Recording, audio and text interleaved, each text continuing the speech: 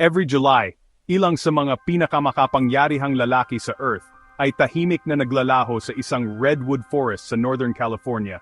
At halos walang sinuman ang dapat magsalita tungkol sa kung anong nangyayari pagkatapos.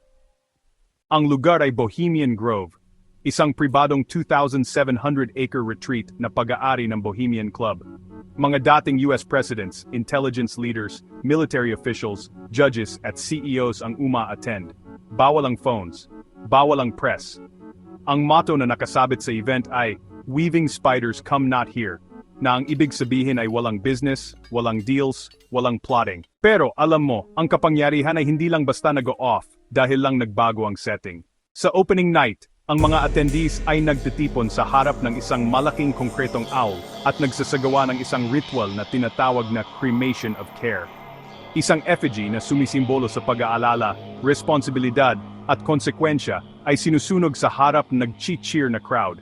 Ito ay theatrical, ancient-looking, at honestly, deeply unsettling sa mga outsiders, lalo na kapag lahat ay nakasuot ng ceremonial robe sa halos dilim. Ito ay parang harmless pageantry lang hanggang, well, kinumplika ng kasaysayan ang kwento.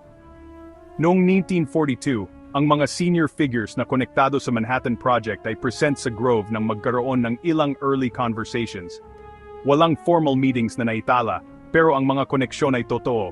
At honestly, ang mga outcomes ay nagpabago sa mundo. Sinubukan ng mga tao na makita ito para sa kanilang sarili. Noong 2000, lihim na kinuhanan ni Alex Jones ng video ang bahagi ng seremonya na nagkukumpirma sa kung ano, alam mo, pinaniniwalaan ng marami na exaggerated. Turns out, hindi pala talaga. So ang Bohemian Grove ba ay isang kaibang summer camp lang para sa mga makapangyarihang lalaki? O ito ba isang lugar kung saan tahimik na nabubuo ang impluensya bago pa mapansin ng publiko? Siguro ang pinaka-honest na sagot ay ito, ang mga desisyon ay bihirang ginagawa sa publiko, pero ang mga relasyon na humuhubog sa kanila ay halos hindi kailanman.